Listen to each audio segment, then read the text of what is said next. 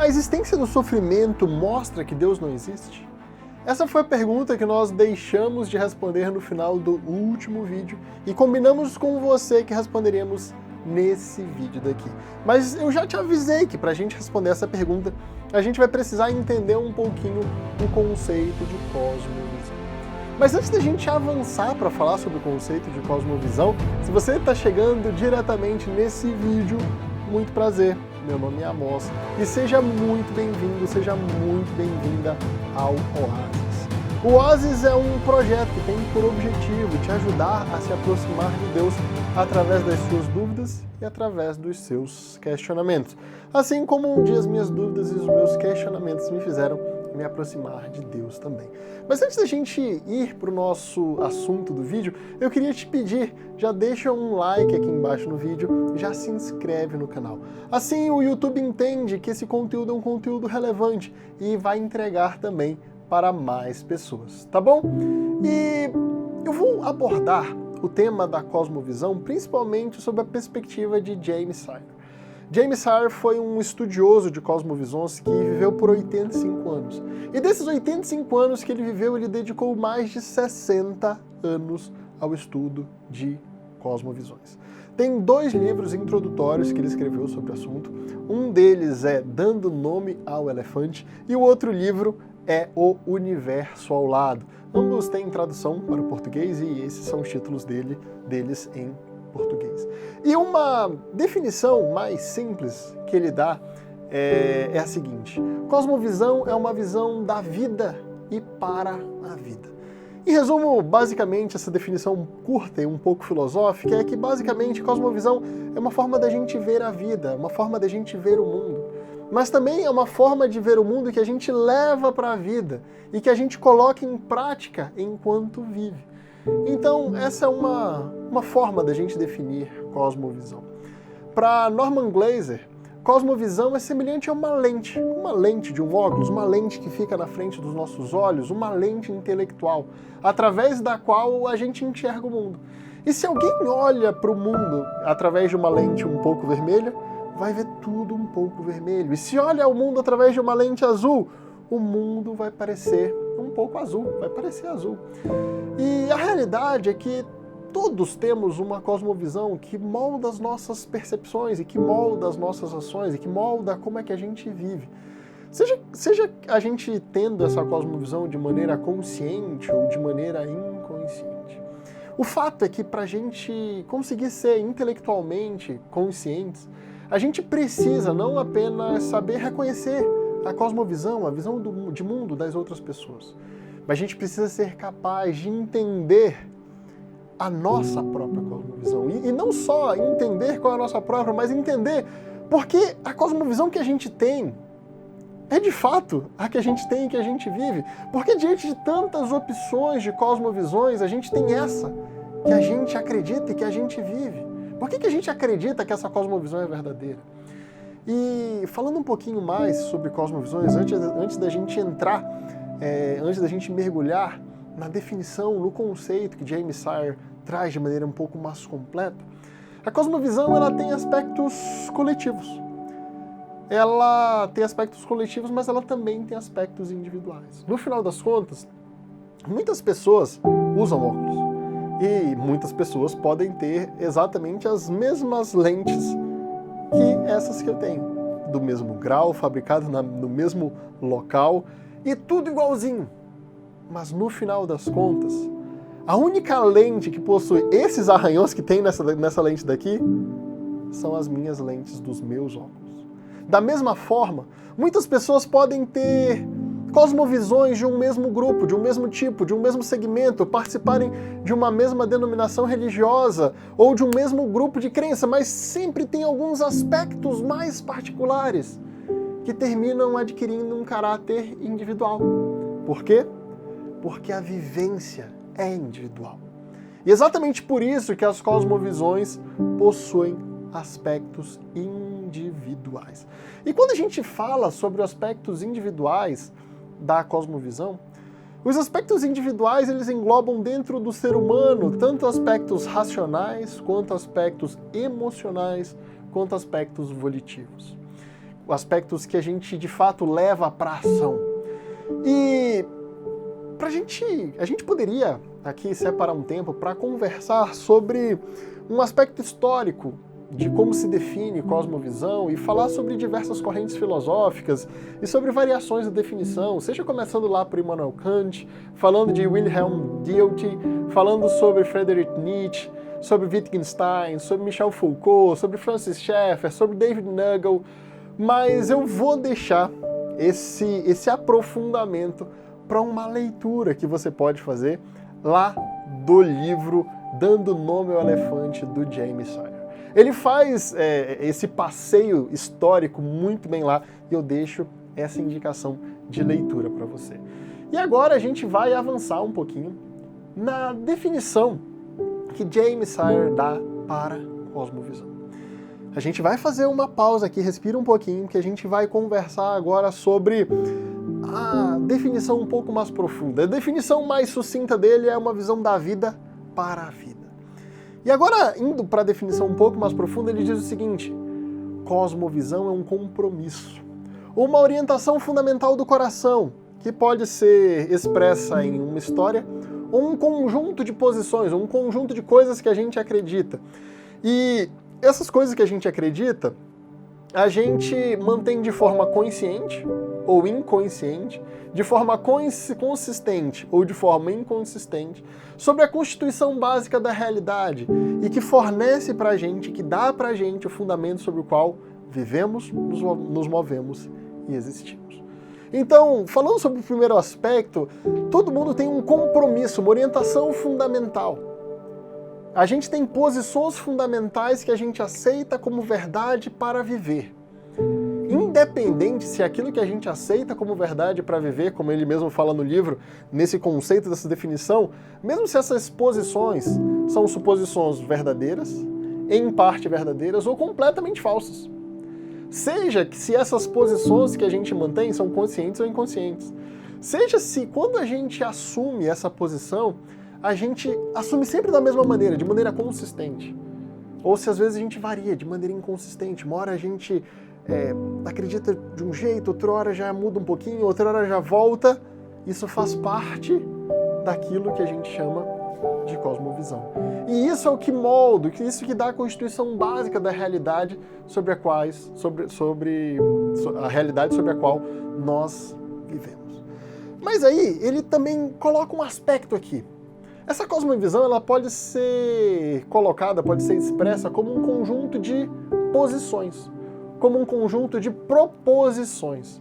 E se uma cosmovisão pode ser expressa como um conjunto de proposições, quais seriam elas? E em essência, essas proposições, essas afirmações são respostas a 8 perguntas básicas que ele coloca lá no livro O Universo ao Lado e também no Dando Nome ao Elefante. Então, em síntese, a gente vai passar aqui por 8 perguntas que todos nós respondemos de maneira consciente ou inconsciente e que mudam a nossa forma de viver e que fazem toda a diferença nas nossas ações do dia a dia, mas que às vezes a gente pode nem estar parando para pensar sobre isso. E às vezes a gente pode nem saber porque a gente acredita em cada uma delas. Mas a primeira pergunta que constitui uma cosmovisão é: qual é a realidade primordial? O que é real de fato? Essa pergunta é uma pergunta que tem a ver com ontologia, e aí no final das contas a gente poderia responder: olha, a realidade primordial é Deus. Ou alguém com uma outra visão poderia dizer: a realidade primordial é o cosmos material. E poderiam ter diversas outras respostas aqui que a gente vai conversar um pouquinho mais pra frente.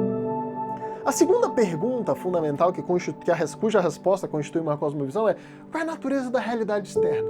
Qual é a natureza daquilo que eu vejo, daquilo que eu contemplo, daquilo que eu percebo? É um mundo criado? É um mundo criado e mantido por esse Deus? É um mundo autônomo? É um mundo caótico? É um mundo ordenado? Nessa realidade externa, é uma realidade apenas material? Ou é uma realidade também espiritual? É uma realidade que possui o transcendente ou não? Essa é uma resposta fundamental que cada um tem, que cada um vive, considerando essa realidade, seja de maneira consciente ou inconsciente, consistente ou inconsistente. E aqui a gente parte para a nossa terceira pergunta, que é: o que é o ser humano? A gente pode ter diversas respostas. É um ser criado à imagem e semelhança de Deus? Um ser vivo, fruto da evolução? Um Deus adormecido? Uma máquina complexa? Enfim, tem diversas possíveis respostas, mas que você tem essa resposta aí, consciente ou inconsciente. Uma outra pergunta básica é: o que acontece com alguém quando essa pessoa morre? Essa é uma outra pergunta. E aí a gente parte para a quinta pergunta: como é possível saber de alguma coisa? Isso é um campo gigantesco chamado epistemologia, que é como é que a gente sabe, como é que a gente conhece, como é que é possível conhecer, o que é possível ser conhecido. E as respostas para essa pergunta são diversas, mas cada um tem uma resposta. Simples ou complexa para essa pergunta. Por que dá para saber alguma coisa? E aí a gente parte para a sexta pergunta, que constitui uma cosmovisão, que tem a ver com a moralidade. Como é que a gente sabe o que é certo ou errado? Como é que a gente sabe? Como é que dá para saber? Dá para saber de alguma forma? É uma convenção social? É Deus que colocou mandamentos, regras, leis? Que respostas você vai dar? Que respostas você tem no seu coração? Que respostas sobre as quais você vive? Será que é uma resposta mais anarquista? Não existe certo e errado, tudo é permitido. Você tem essas respostas aí dentro de si e precisa pensar sobre ela, ter consciência do porquê você acredita nisso. A sétima pergunta é: qual o significado da história humana? Para isso a gente pode ter diversas respostas. Peraí, a história humana, ela significa, no final das contas, a história de seres que caíram e ao longo de gerações estão vivendo para se reconectar com Deus até a sua volta. Ou não, ou alguém pode dizer que não tem nada a ver com isso. Na verdade, não tem significado nenhum, até uma visão mais nihilista, uma visão mais materialista. Não existe nada disso, é só uma vida sem sentido que se vive, que se morre, não tem significado nenhum. Essas são visões filosóficas existentes também. E depois da sétima pergunta vem uma oitava que James Hare coloca, que é a seguinte: olha, dado que existem essas respostas para essas 7 perguntas, quais são os compromissos centrais e pessoais e que guiam a vida são consistentes com a resposta dessas 7 perguntas? Que compromissos, dado que eu acredito na resposta dessas 7 primeiras perguntas, o que eu vou fazer com isso no meu dia a dia? Eu vou buscar satisfazer a vontade de Deus, buscar o reino de Deus em primeiro lugar? Essa pode ser uma resposta, pode ser um dos compromissos para uma das cosmovisões possíveis. Mas outra pode ser: eu vou simplesmente perceber qual é o maior potencial do ser humano para experimentar a vida. E, independente de qual cosmovisão seja a sua, a realidade é que nem sempre aquilo que você acha que é a sua cosmovisão, de fato é a sua cosmovisão. Dando até um exemplo, uma pincelada num exemplo relacionado ao cristianismo, nem sempre as pessoas que dizem acreditar na oração, de acreditar que orar a Deus surte efeito e que Deus age, nem sempre de fato acreditam nisso, porque quando vai de fato para a vida de oração, essas pessoas não oram. Então, elas dizem que acreditam em algo, mas na vida prática elas não estão acreditando naquilo. Mas o fato é que aquela cosmovisão que a gente vive no dia a dia é a cosmovisão que de fato a gente acredita. E que a gente acredita ser a cosmovisão verdadeira, a cosmovisão que vale a pena ser vivida. E no final das contas, algumas pessoas podem perguntar: mas peraí. Você está falando que a cosmovisão que eu vivo é a cosmovisão que eu acredito ser verdadeira. Isso implica que eu não acredito que as outras cosmovisões são verdadeiras, de fato. Porque se você acreditasse que existe uma outra cosmovisão diferente, que é a verdadeira, você viveria de acordo com essa outra. Às vezes, você inclusive não acredita em uma cosmovisão específica, com todos os elementos de uma cosmovisão específica, mas conhecida aí, a gente vai citar algumas delas. Às vezes você pegou elementos de vários, você pegou elementos do materialismo, do deísmo, do teísmo e juntou ali e vive de acordo com essa forma. Mas essa junção, essa conexão é a forma que você acredita ser a verdadeira.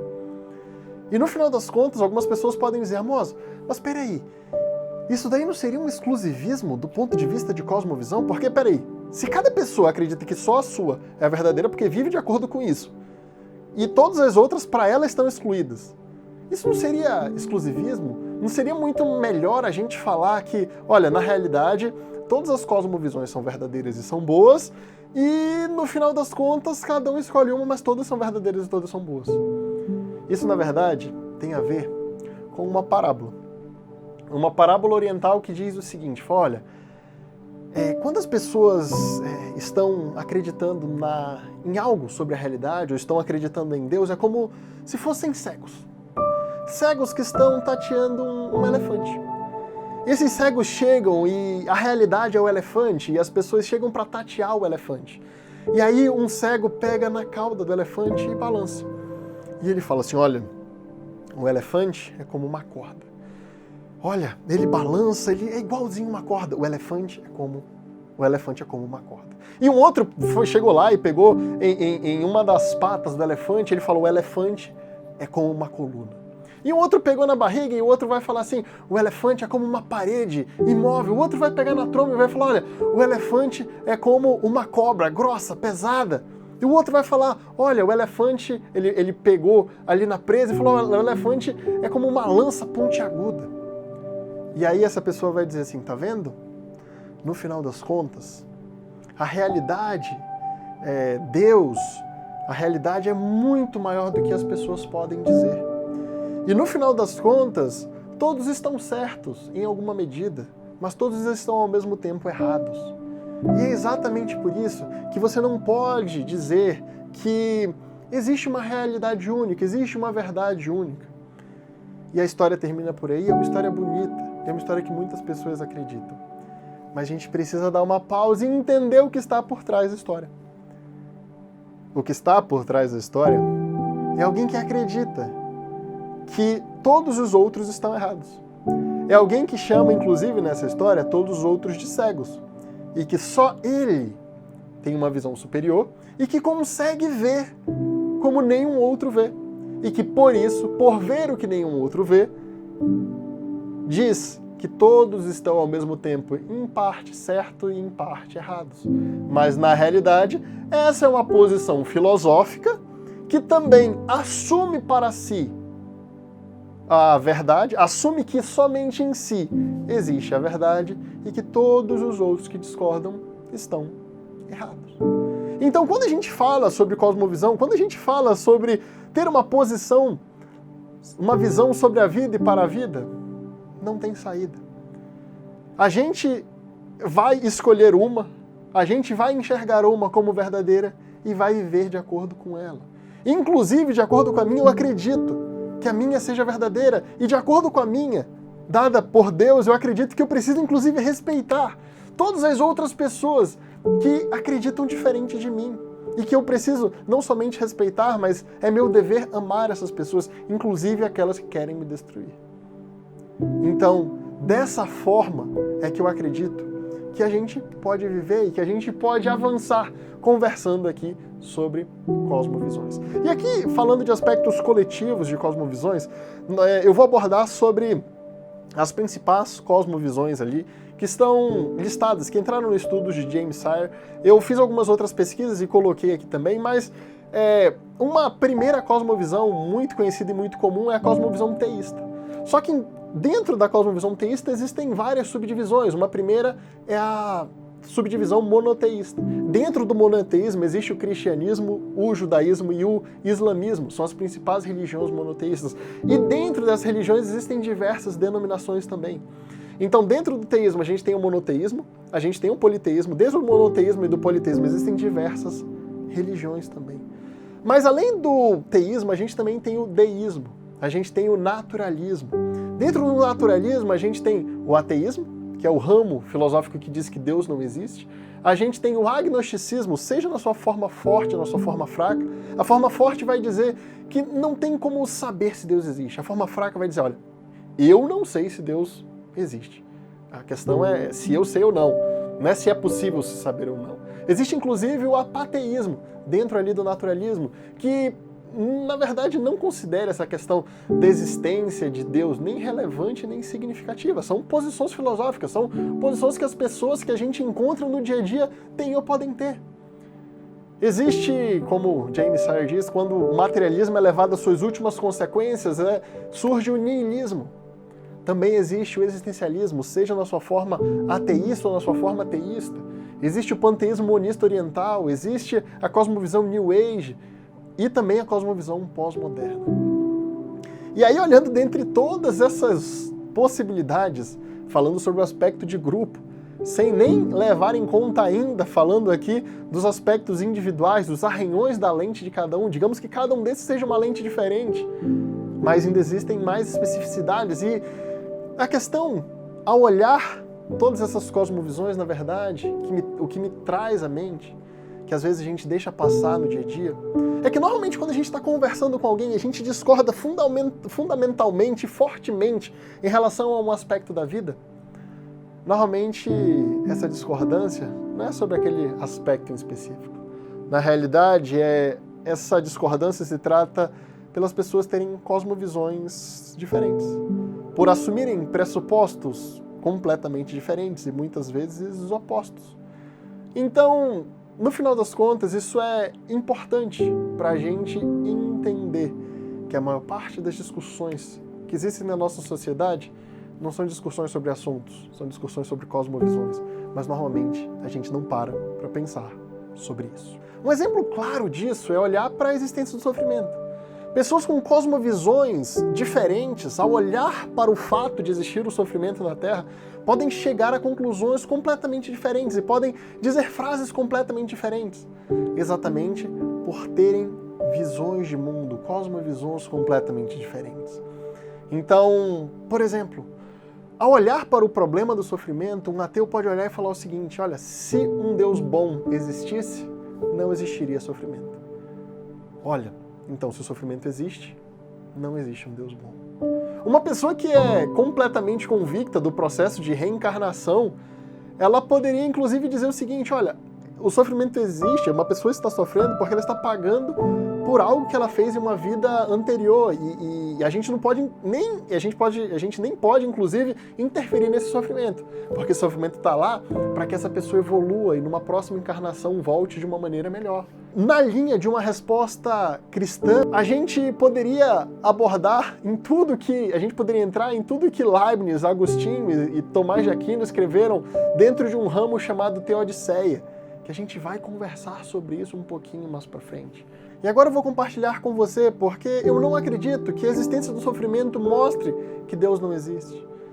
Na realidade, eu acredito sim na existência de um Deus bom, mesmo existindo um mundo de sofrimento. Eu vou compartilhar com você porque eu acredito nisso. Deus criou seres autônomos, com livre-arbítrio, inclusive com liberdade de se desconectar de Deus, mas Ele orientou, olha, é melhor para o universo que todos permaneçam conectados, porque eu sou a fonte de bondade e se desconectar de mim vai trazer sofrimento, vai trazer mal. As minhas leis, o meu caráter são aquilo que são a bondade, aquilo que não causa sofrimento, aquilo que é o melhor para os seres criados. Só que um deles decidiu abrir rebelião aberta e angariar e puxar para si apoiadores. E começou-se uma rebelião. E Deus tinha e tem poder, já tinha poder para exterminar essa rebelião exatamente no início.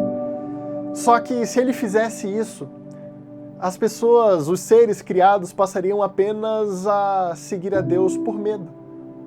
Mas Deus precisava fazer com que os seres criados entendessem que, olha, o que eu falo é verdade. Não é para me seguir por medo, mas de fato, deixar de estar conectado, deixar de seguir aquilo que eu falo gera sofrimento e vocês vão poder observar. E assim Deus permitiu que essa rebelião desse seus frutos, que essa rebelião crescesse e que o universo pudesse observar que se afastar das leis de Deus gera mal e sofrimento. E uma vez que o universo conseguisse enxergar isso, Deus exterminaria o mal para todo o sempre. Mas essa rebelião se expandiu, e se expandiu para os seres humanos. E entrou na Terra por um ser humano, por um homem, e passou para todas as pessoas. Mas Deus já tinha um plano, Deus se fez carne, veio até aqui, morou entre nós, habitou entre nós, morreu numa cruz, ressuscitou para dar possibilidade de todas as pessoas terem a vida eterna. E ele foi para o céu e vai voltar. E quando ele voltar, o mal se extingue e acaba completamente para sempre. E tudo aquilo que está acontecendo aqui, tudo aquilo de mal que acontece aqui, é porque nós somos reféns do mal. Nós somos reféns do maligno ainda no final desse sequestro, no final desse ato terrorista, em que a gente vai ter o resgate. E esse nosso sequestrador, sim, mata crianças, espalha doenças, faz maldades, implanta maldades nos corações dos homens, dos seres humanos, para que essas maldades sejam realizadas. E por isso pequenas crianças morrem, e adultos também morrem e sofrem de maneira trágica.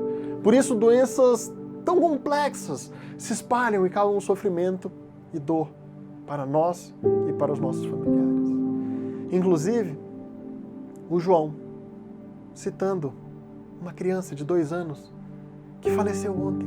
A Roberta, de 35, que sofreu um acidente e está hospitalizada em estado grave. E a Sara, de 28, que por conta de uma doença que ela teve uma lesão de nervo e sente dores horríveis o tempo inteiro. Mesmo tomando medicações fortíssimas e tendo feito 2 cirurgias. E que muitas vezes, devido a todo esse sofrimento, já teve vontade de desistir de viver, mas que Deus lhe dá forças para lutar. A Sara é minha esposa. Ela sofre. Eu sofro. O nosso pequeno de 4 aninhos também sofre. E a minha comunidade religiosa também sofre e ora por ela. Mas é exatamente por isso que tudo aquilo que a gente mais espera, tudo aquilo que a gente mais aguarda e anseia é a volta de Jesus, quando ninguém mais vai precisar sofrer e não vai ter mais morte, nem tristeza, nem choro, nem dor, porque todas essas coisas já vão ter passado e já vão ter acabado. E é para te explicar por que a gente acredita nisso. E por que a gente acredita que você também deveria acreditar nisso e buscar por isso, e buscar pela volta de Jesus, que os próximos vídeos do Oasis vão ser gravados. Mas a gente vai com calma nessa jornada. Nessa primeira temporada, a gente vai focar especificamente na resposta apenas de uma pergunta que constitui uma cosmovisão. O que é a realidade última? Em outras palavras, Deus existe? É exatamente para conversarmos sobre isso que toda essa primeira temporada vai ser gravada. E exatamente por isso que eu espero para nos encontrarmos no nosso próximo vídeo. Até lá!